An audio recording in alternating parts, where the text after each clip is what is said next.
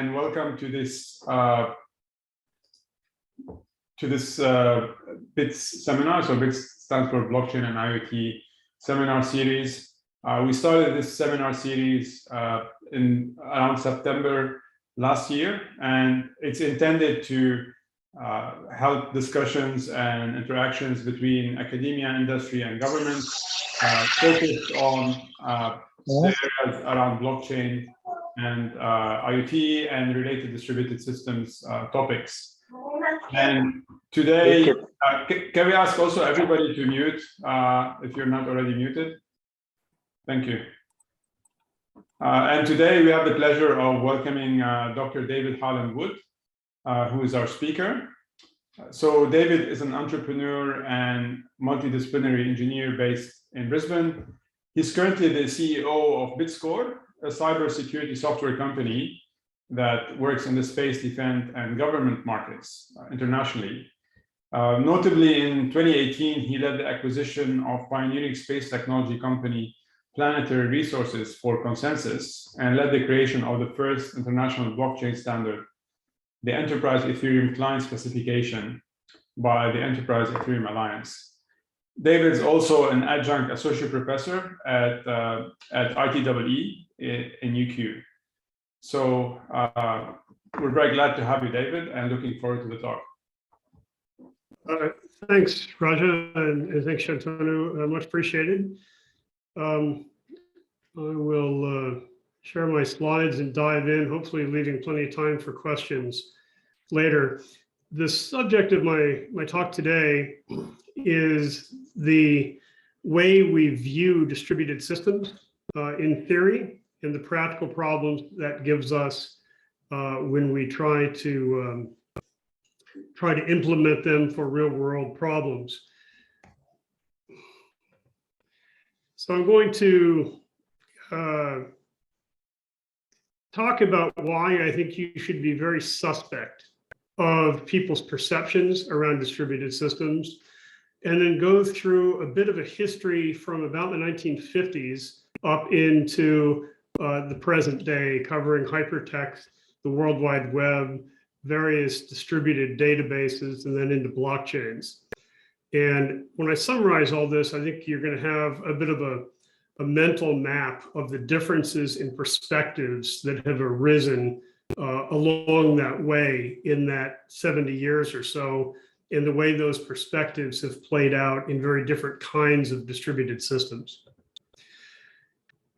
It's always important to know who's giving you information, especially in the modern day where misinformation is widespread on the web. Hylandwood.org/about.html or scanning that QR code will tell you who I am.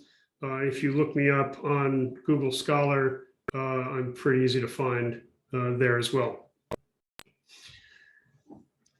So Bertrand Russell, in his 1950s book, Unpopular Essays, wrote in his introduction that his essays were not claimed to be popular, and if not popular, then they must be unpopular. This is clearly a false dichotomy, and it's clearly wrapped as a joke. It was intended to be funny. The differences between academic distributed systems and those implemented in industry are also typically false dichotomies, and they're often communicated as jokes. But both distributed systems research and practical implementations have their place, and they're important for very different reasons. So let's start with the web. When Tim Berners-Lee was working at CERN in Switzerland, the Center for European Nuclear Research, and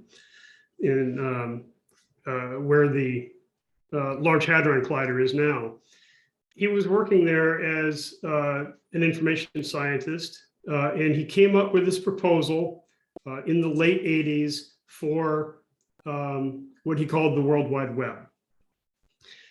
And it's a fascinating read. It's not a large proposal. It's very readable.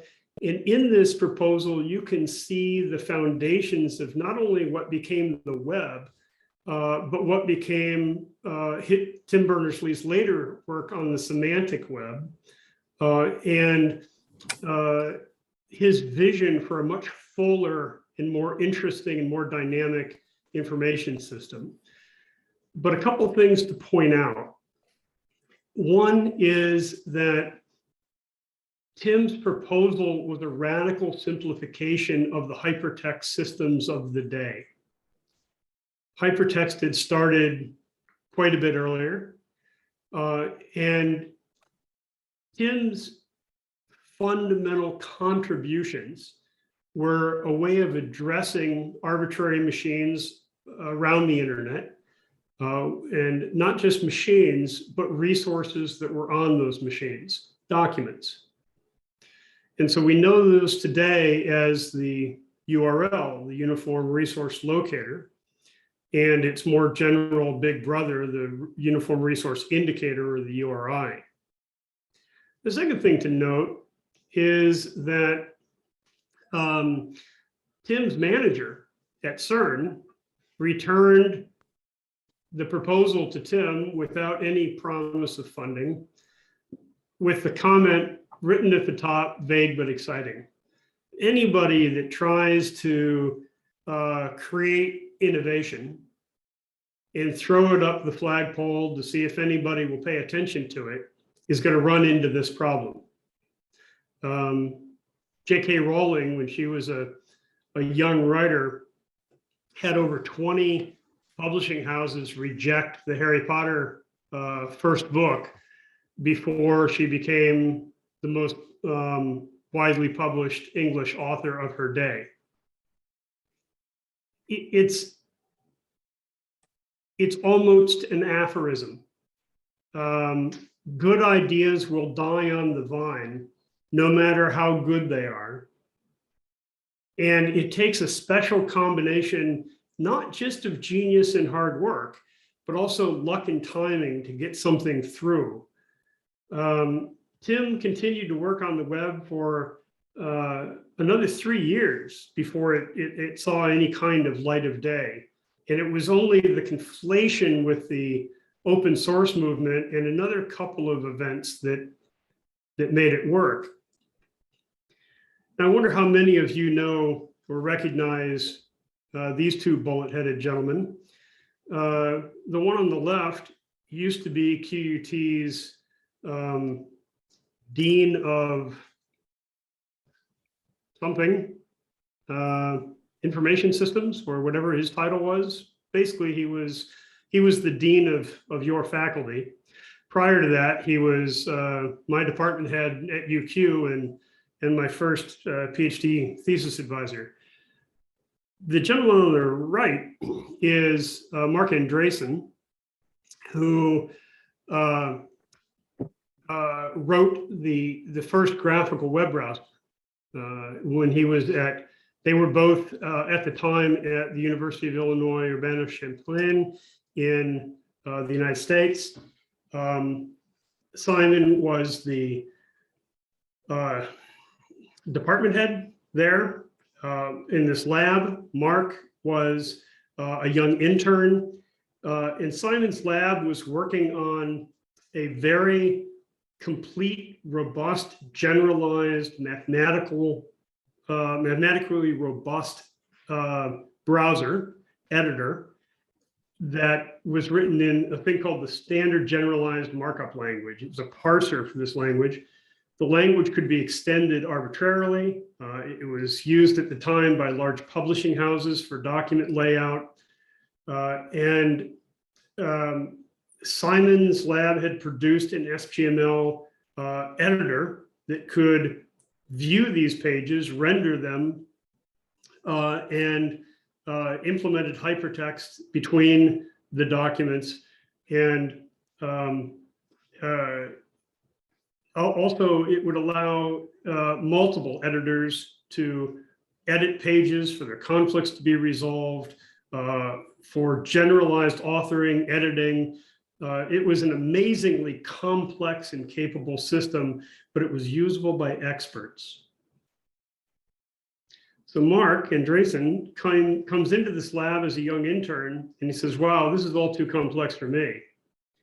And so he set himself the task of working on an editor for this new thing called the World Wide Web, which had a very simple markup language that was a very strict and unchanging subset of SGML, known as HTML, Tim Berners-Lee's other contribution. HTML at the time had no JavaScript adjunct to it. It had no cascading style sheets. It had a handful of tags for headers, for hyperlink, for including an image, and that was about it. So what Mark did with another intern is Mark wrote a simple parser for HTML and a renderer for HTML, and he created the first graphical web browser. Why graphical? Because it rendered to a graphical user interface, and his colleague did the image manipulation so that images could be displayed in line. Now, Simon, now who likes to call himself the grandfather of the web browser, told Mark that his project was a toy and a waste of his time, and he shouldn't be doing this work. Now, clearly history would disagree, but that was Simon's position at the time. Those of you who know Simon are probably not terribly surprised at this. Simon's a very smart guy. And the point here is not to denigrate Simon, but to point out that sometimes we can be too smart and require our systems to be too complicated, because most of us in this room would have a terribly difficult time trying to learn Simon's generalized SGML browser editor. But my mother, who was a novice with technology till the day she died, was perfectly able to click a hyperlink and follow it and get useful information from it. And that radical simplification of the use of hypertext obviously changed the world. So back a little bit in time. Early hypertext systems all existed on one machine. You had 2 pages, 2 resources, and the machine had knowledge of all the resources within the system. That means that when somebody created a hyperlink from one resource A to another resource B, the hypertext system automatically created a backlink, a matching link in the other direction from resource B back to resource A. Now, when Berners-Lee was looking at doing this as a distributed system, he had to break the backlink. Why? Because the resource being linked to would never know that it was being linked to. It had no information to create the backlink. So breaking the backlink allowed the web to be distributed, and thus it allowed the web to scale. The web is now the largest and most complex distributed computing system ever invented. And it was due to this very simplifying assumption. It turned out to be incredibly important. So surely, once Berners-Lee showed the world that breaking the backlink was so valuable, surely everybody saw the value of it and loved it and applauded Berners-Lee for doing it, right? That would be incorrect. Ted Nelson, who actually invented hypertext, was not a fan. Now, criticisms of breaking the backlink are really equivalent to saying that scaling is unnecessary, that it's not important. And I think most people who use and rely on the web every day would disagree with that. But nevertheless, you can compare and contrast to Ted Nelson's project, which started in 1960, and he called Project Xanadu. It was a micro-publishing platform. The idea was to allow many people to write together and for each author to be compensated for their writing based on how much they contributed. Project Xanadu, as I said, started in 1960. Its first release was in 1998. It was released under a project called Open Xanadu, which was tagged as a working deliverable, quote unquote, in 2014. Every user in Xanadu is uniquely and securely identified. So that would obviously have big social ramifications. And it was something the web tried hard to not do. Although arguably these days, users are so tracked by companies and governments that that attempt of privacy on the web has gone by the wayside. In 1995, Wired magazine called Xanadu the longest running vaporware story in the history of the computer industry. And that moniker is still highly relevant today. So two very different views of distributed systems and their social costs have been highlighted here. Scaling has ramifications. So does not scaling. Complexity has benefit. It also has downsides. Simplifying assumptions may unlock new capabilities while simultaneously not making everyone happy. So Nelson, and thus Xanadu, fell victim to a classic blunder, perhaps even worse than getting involved in a land war in Asia. I think it's important to go right back on this one. People haven't changed much in a long time in terms of human psychology, even though rapid changes in technology have changed culture and our capabilities. Psychologically, we're still very much the same as we have been for a long while. So John Ruskin here, this quote from 1848, I believe that failure is less frequently attributable to either insufficiency of means or impatience of labor than to a confused understanding of the thing actually to be done. This is true in every field of engineering. If you ever want to stop someone going down a rabbit hole, and you're talking to a group of engineers, ask them what problem they're trying to solve. And you could probably drive to clarity. I wouldn't necessarily suggest trying this with politicians or lawyers. You might not get a useful answer, but you probably will with an engineer. Now, moving on to around the turn of the century with graph databases and NoSQL databases. We have a tendency to think of a database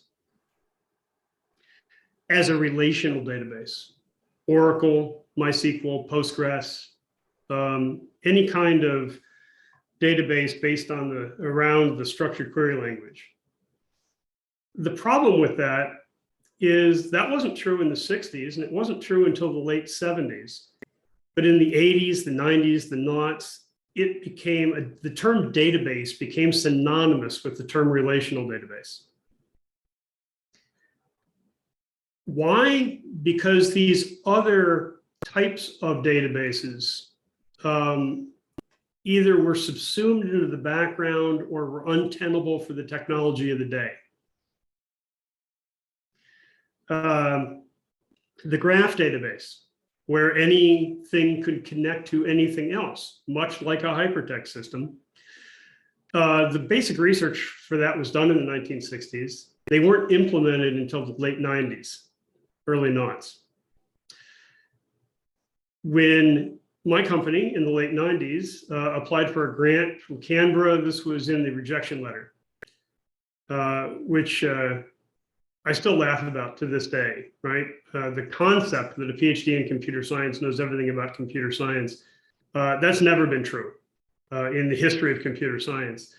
You might contrast the philosophical point with Socrates in his Apology, written by Plato, who was quoted as saying, "The ancient oracle said that I was the wisest of all the Greeks. It is because I alone of all the Greeks know that I know nothing." The perspective difference between assuming an expert has perfect knowledge and assuming that you yourself know nothing clearly define two ends of a complex spectrum. Most of us are well in the middle on that one. We shouldn't think that we know everything. We shouldn't think that our systems are perfectly designed. What we should do is make sure they're fit for purpose.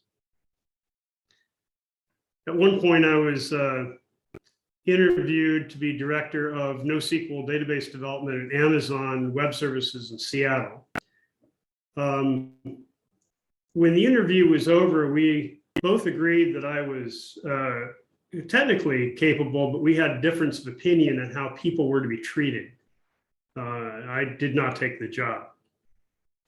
But this was the problem they set for me, was they started walking me through the DynamoDB consistency model. DynamoDB is Amazon's early distributed relational database. I'd like you to have a look at this picture and think about where the obvious flaw is. Remember, it's a distributed system. And the thing that we should be doing as engineers is to ensure that our distributed systems, which are full of complexity, do not have single points of failure. If you think about the web, there are often denial of service attacks or even distributed denial of service attacks that take down some portion of the web or the domain name system or a particular company's website, but the web as a whole keeps going. Even when Facebook is under attack in some country, it doesn't mean that it's under attack or inaccessible in all countries. The DynamoDB, which is a distributed system, has this concept of a leader. Reads do not need to go to the leader in all cases. Writes do. Certain kinds of reads do. And so this is not really a distributed system in the way that I think of it. DynamoDB is simply a caching system to distribute the reads under certain common use cases. And of course, cache invalidation is the hard problem, not caching. And so they've solved that problem in their minds by forcing everything back to the leader, which is a single point of failure, and you might as well not be using a distributed system, especially if that's your common use case. So why hard code a leader node? There is absolutely no reason for it. If a leader is inaccessible, the system itself could invent a new leader, and you see that pattern emerging in more modern distributed SQL databases, NoSQL databases, and graph databases. You also see it emerging in blockchains in mining. So this DynamoDB model illustrates a key point in distributed systems. You have to think about them as being distributed systems. Thinking about them as if it's a centralized system you're adding distribution to is like trying to layer on security after you've created an insecure system. That does not work. Think about distribution first. Your system should resemble termite or ant colonies more than they should resemble a hierarchy of any form. That's almost a working definition of a distributed system, in my opinion. let's move on here a bit. So probably a lot of you came to this lecture because you're interested in blockchains.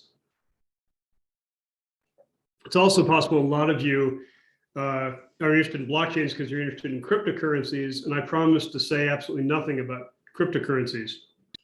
So if I disappoint you, we can address that during question time. Let's define some terms.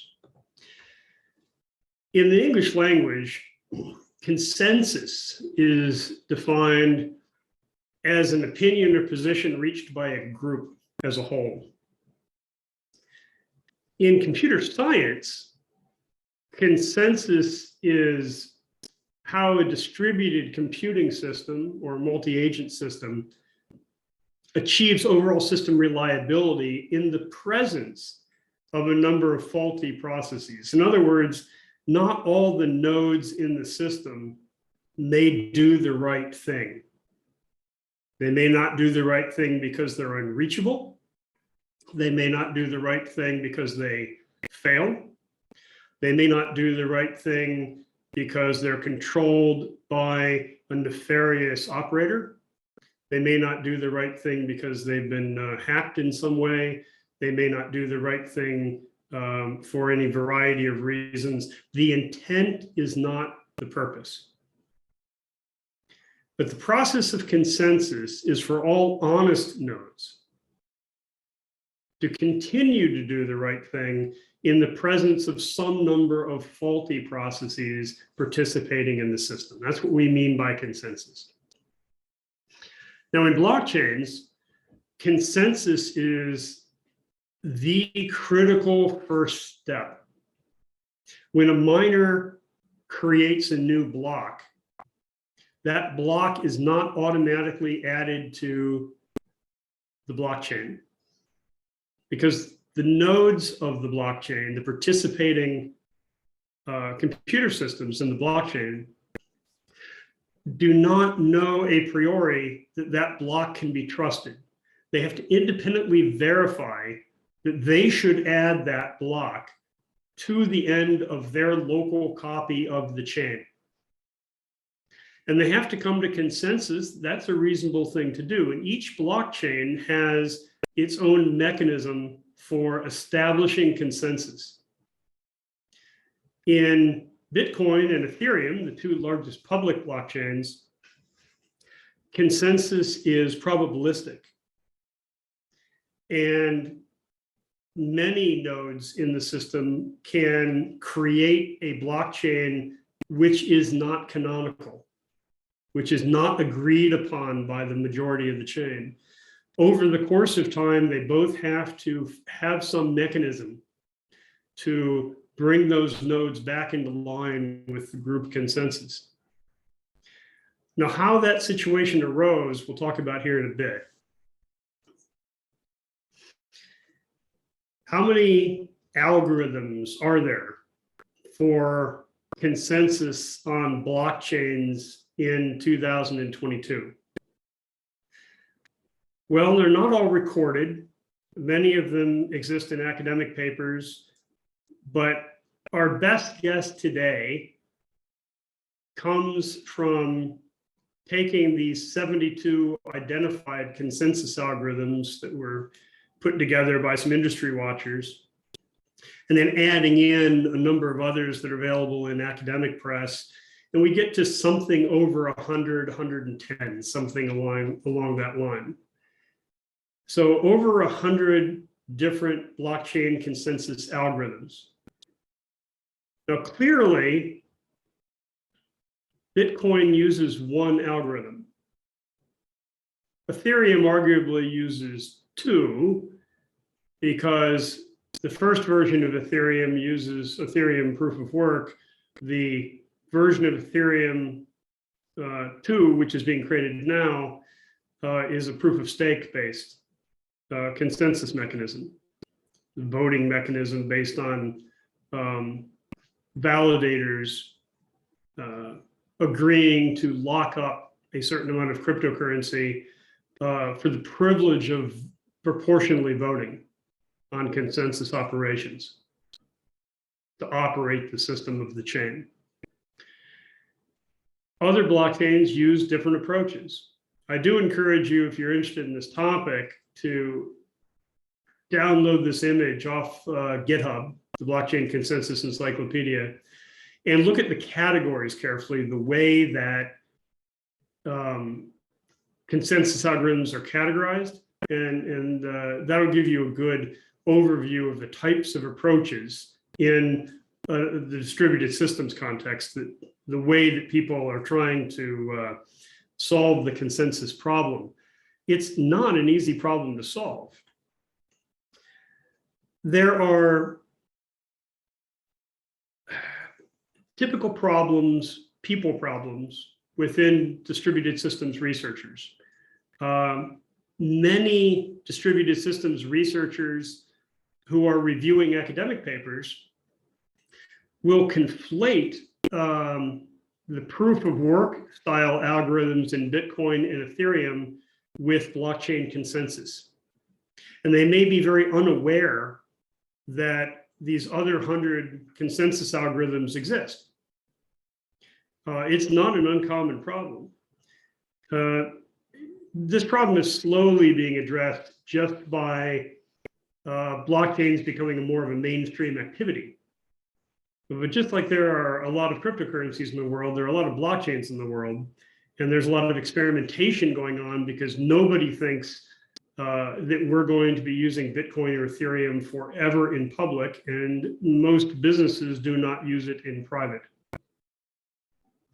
So we have a lot of work to do, and the long tail of research is beginning to sort out the complexities in the space. Now, I said I'd make some comments about the difference between academic and commercial fieldings of distributed systems. Consider this here for a bit. Practical Byzantine fault tolerance, so named for the Byzantine generals problem, which is basically a philosophical or mathematical problem where a group of generals are trying to agree when to attack, and some of them may not follow the order. In other words, it's an analogous problem to having some faulty processes in your distributed system. That's where the name comes from. With practical Byzantine fault tolerance, PBFT, distributed system researchers who start from this baseline are generally concerned with optimization problems on relatively simple networks, and the degree of connectivity between the nodes is generally complete. Every node connects to every other node. That is wonderful. It's a wonderful set of simplifying assumptions when you're trying to model simple networks so that you can understand their properties and their actions. It's a great way to try to get your hands around the complexity that exists in these systems. However, real-world networks are typically much larger, much more complex than these academic networks. Just 3 years ago, Bitcoin reached 100,000 nodes. Ethereum was about 10,000, and even Ethereum Classic was over 400. It's dropped since then. Ethereum's gone up, and Bitcoin is still above that. So in practice, most nodes are not connected to anything more than a handful of other nodes. If that, they may only be connected to one. Consensus cannot take place across all nodes in real time because there are too many nodes. You think Bitcoin is slow now with 6, 7 transactions per second across the network. If 100,000 nodes all had to agree before you could add a new block, much time would pass. So real-world networks are complicated for a variety of economic and practical engineering reasons. some of which can be boiled down to scale, some of which can be boiled down to geography, geopolitics, regulation, laws, money, money, money, and money, all kinds of other reasons. Typically, money is involved. So there are simplifying presumptions for blockchain consensus, typically, such as cutting down the number of nodes that really need to participate in full consensus and trying to prove consensus in some way that can be independently verified by the other nodes.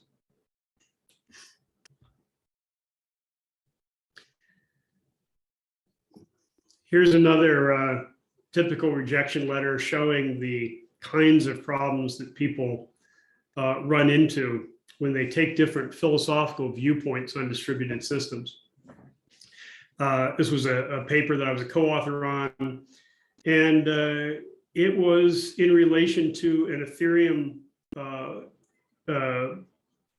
network that was using a different consensus model for the purpose of achieving rapid consensus and high transaction throughput in a private business setting. It needed to scale to some thousands of nodes and have some thousands of transactions per second. And the academic reviewer could not understand why this protocol might be used instead of PBFT, even though the requirements that PBFT did not suit were stated right up front. Not an atypical problem. Now, in computer science, or in any number of engineering disciplines, mechanical, electrical, aerospace, we tend to talk about simplifying assumptions that don't meet real-world constraints as a spherical chicken, or in this case, a spherical chicken in a vacuum. It's the punchline of a very old dad joke. In astronomy and physics, they tend to talk about spherical cows, but it's the same idea. It's a way of making fun of the difference between the optimizations used by theoreticians so they can understand the dynamics of a complex system versus the practical problems that people run into when they try to create large scalable distributed systems in the real world. Theory can and typically does lag practice. Sometimes theory leads practice. Both can be true, and they can both be true in different areas. So both can point us to new directions, but not typically both at the same time. We're exploring different parts of the space when we do this. Now, something that clearly came from theory is the cap theorem, where you're trading off in a distributed system consistency, availability, and partitioning. And the key to the cap theorem is there is no algorithm that satisfies all three at the same time. So any distributed system where the cap theorem is applicable, you have to choose two and you have to give up on the third. Cap theorem is old. It's been known for a long time. Anybody who's a computer science related discipline undergraduate probably has heard of the cap theorem. If not, go ask your professors and they will catch you up. Or look it up in Wikipedia. There's a pretty good page on it there. In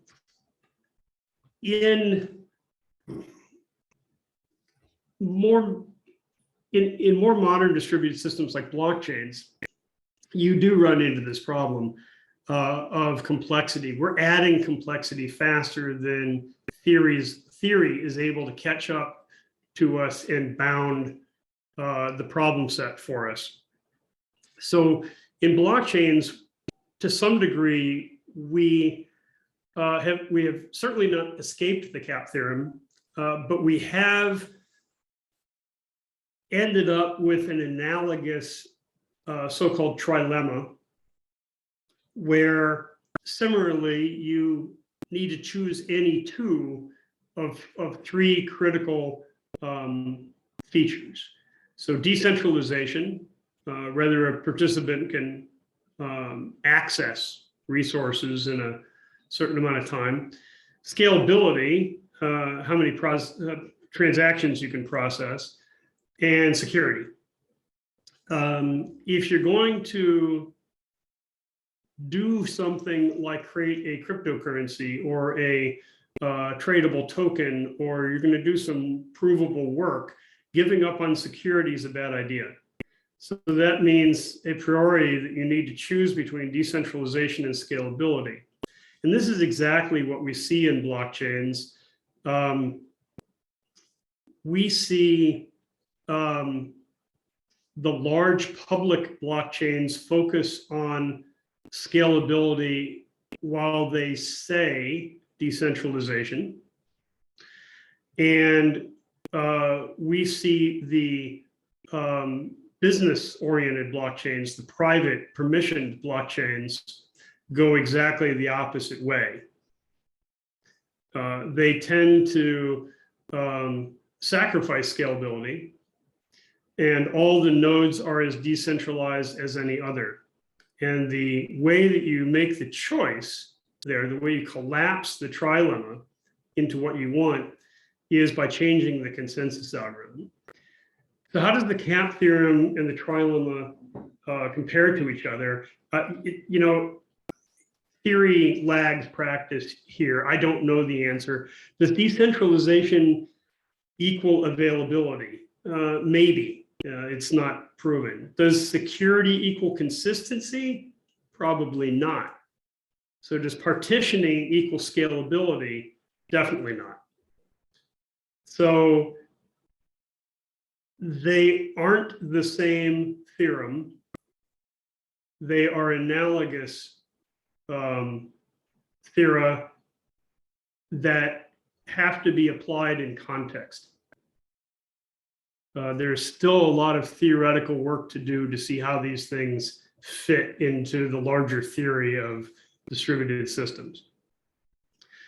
Now, there's one more aspect to this, which is transaction security versus transaction performance. And I tend to think of this a bit like a seesaw. If you increase one, you're going to decrease the other, and it's tough to get them in balance. The way that you balance or unbalance these two, either you get high performance and low transaction security, or low performance and high transaction security, again, is to change the way that consensus is done, because that's the gating item on distributed system performance, especially blockchains. So in any distributed system, we have to start with what problem we're trying to solve. What problem are we trying to solve with our distributed systems? Generally, we're building distributed systems because we want information systems that scale. We generally want those things to be accessible to their users, notionally always. But that's more of a goal than an achievement.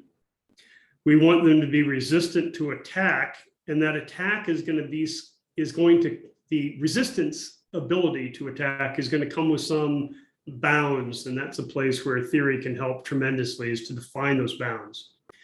We want those systems to do something that's important, to facilitate human interactions, to allow economic transactions, what have you.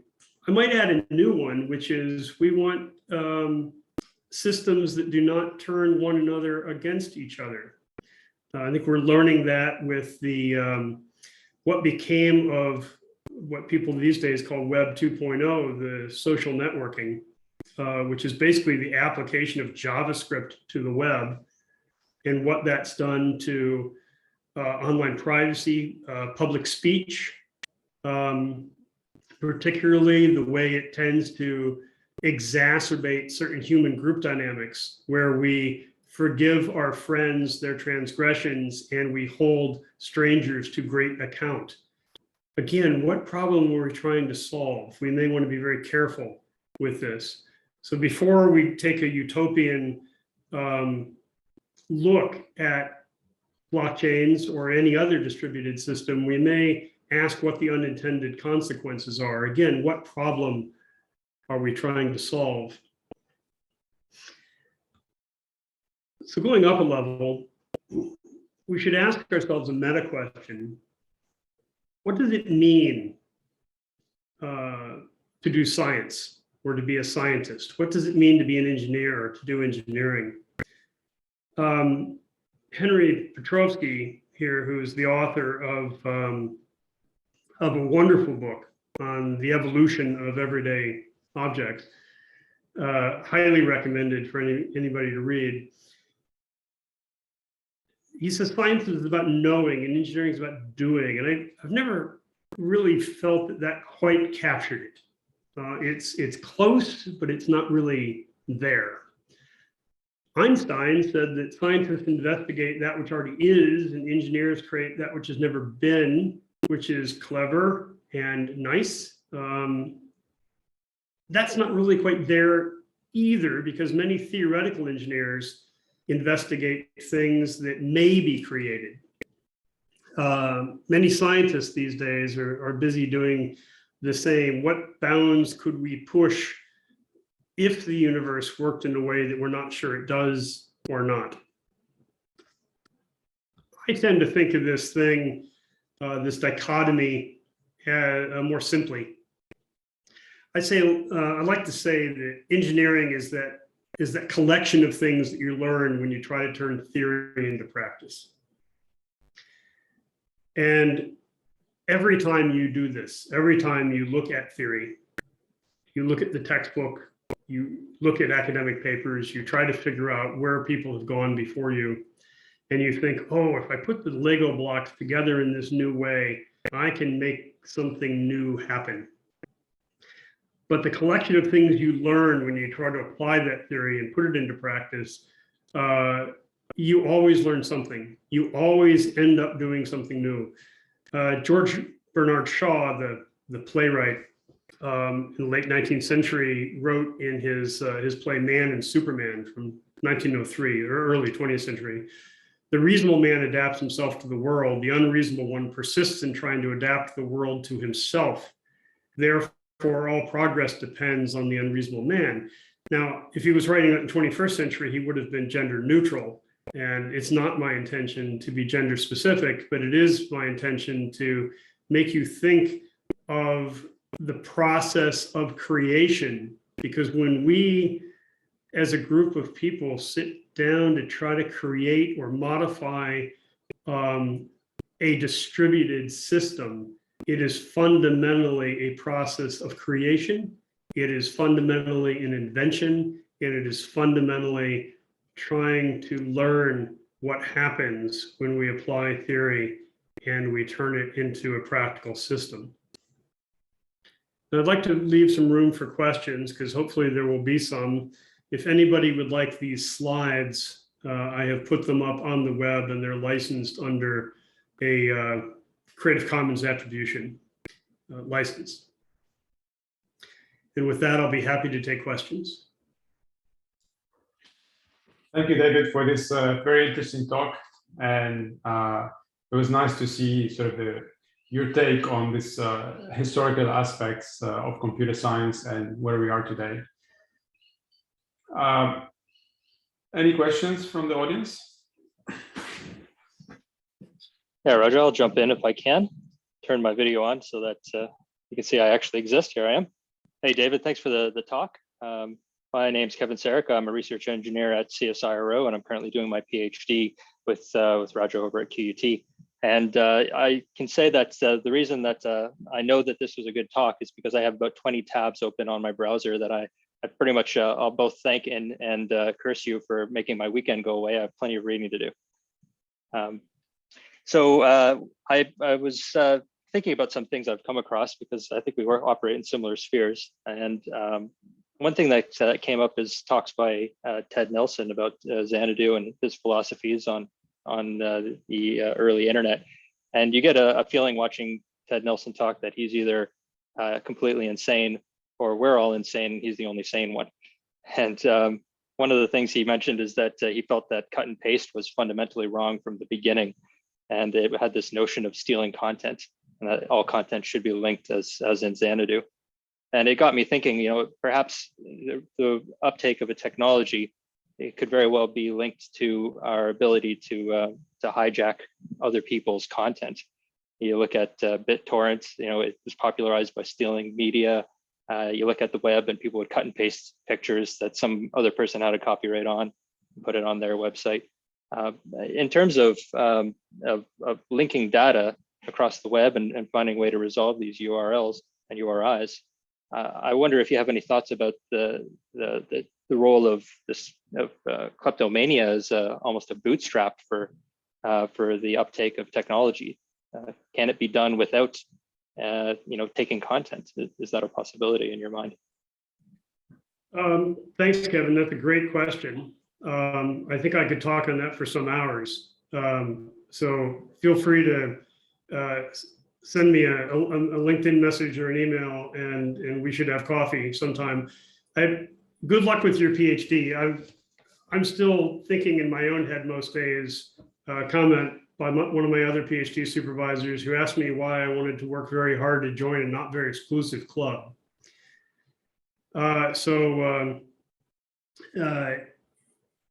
Yeah, I think I've come to the conclusion that you need to do a PhD for yourself first, because you have an itch to scratch, and you certainly don't want to approach the altar of science with the heart of a moneylender. You don't do it because you're trying to better your career, do it because you're trying to better yourself. Look, in terms of the concept of property, it's a cultural construct. Ownership of information or ownership of ideas is fraught even in Western liberal democracies. It's not a universal concept by any means. One of the very active conversations going on as a matter of public policy and in the people that think about licensing of intellectual property, not just intellectual property lawyers or patent attorneys, but also people like the Creative Commons crowd.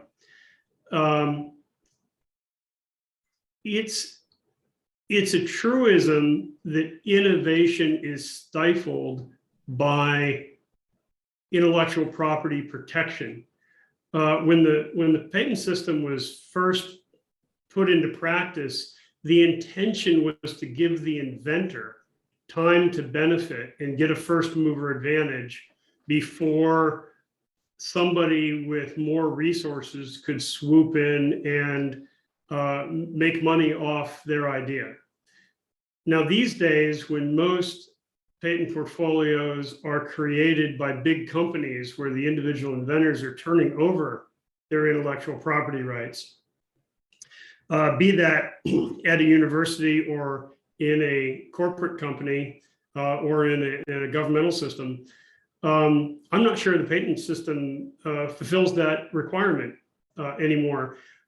It's fascinating. If this weren't, if we weren't in the middle of COVID and a lot of geopolitics and a lot of other things, I would encourage you to go to Hong Kong and go out into the streets where the factories exist in Kowloon and watch the entrepreneurs riffing off each other to create new products by stealing ideas with wild abandon.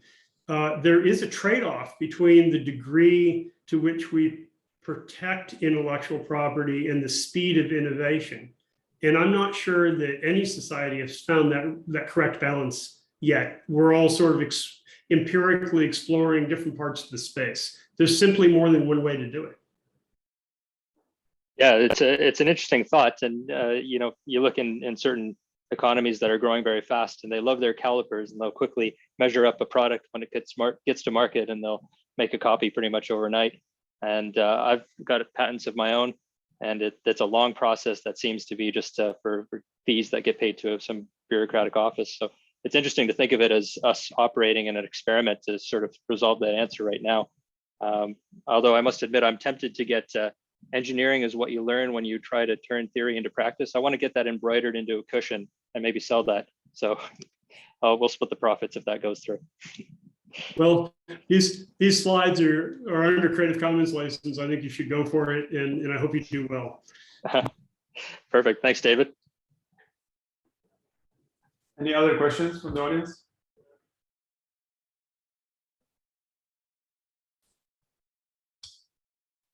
So, David, I had one question. You've given us a really good view of the past and evolution of these different concepts and kind of the current questions and trade-offs that we can have today with technologies like blockchain. I was wondering if you had some thoughts about where the future is headed with this area of distributed computing. Well, I think that it's we haven't really been doing distributed computing for all that long as a society. We haven't explored nearly as much as we could because we keep running into limitations of complexity. And so if I were to try to extrapolate from very few data points, the web is the most scalable and thus the largest information system ever built by human beings, but it's very loosely connected. Databases of one form or another, even the distributed ones, are very tightly connected, but then that limits scalability. One of my favorite things to do, and I should have thrown it into this talk, is to point out that Google Sheets, which is their Excel equivalent, is really a distributed SQL database on the back end. It just happens to have a JavaScript spreadsheet style front end. So it's actually possible to interformulate in the cells that are SQL queries, which unlocks a tremendous amount of power. Once you figure that out, you can do magic with it. But it's kind of nuts, right? We don't really know what we're trying to do yet. We don't really know what problem we're trying to solve. Did Bitcoin ever really think that it was going to create a world currency? Well, since nobody can ask Satoshi Nakamoto, we're not really sure what the intent was. But I can't believe that somebody smart enough to create Bitcoin wouldn't have realized that the low transaction speed was intrinsically tied in with mining and consensus and could not go higher because there are built-in limitations to increasing the transaction speed. And matter of fact, when the transaction speed gets too high, it's intentionally slowed as part of those algorithms. And so I think they knew it couldn't possibly be a world currency. And so why did they say it was? Maybe it was a conflation of what problem they were actually trying to solve. The web was invented in order to allow scientists to share technical documents with each other so they could collaborate better. Nobody anticipated social networking and Instagram or TikTok or what have you in the early 90s. Again, the problem that Timble was trying to solve is not necessarily the problem that was solved by the community. So I wish I could say that it was as simple as every new distributed system is going to get more complex and more scalable, but I don't think that's true. There's a tremendous amount of work going on smaller systems that are more secure or that don't have as many, has a different set of unintended consequences. or that is simply optimized for different kinds of activities. We're still very, very young and nascent in this space, and we're still trying to figure out what problems we're trying to solve. All right, great. Thanks for that answer. And that's actually a lot of food for thought for a lot of the researchers in the audience that are, looking for the next big thing to research. And I think we're also just out of time. So I'd like to thank David again for this great talk and for your time today. And also thanking everybody for attending and engaging with the talk. Thanks very much for having me. Thanks, Dave.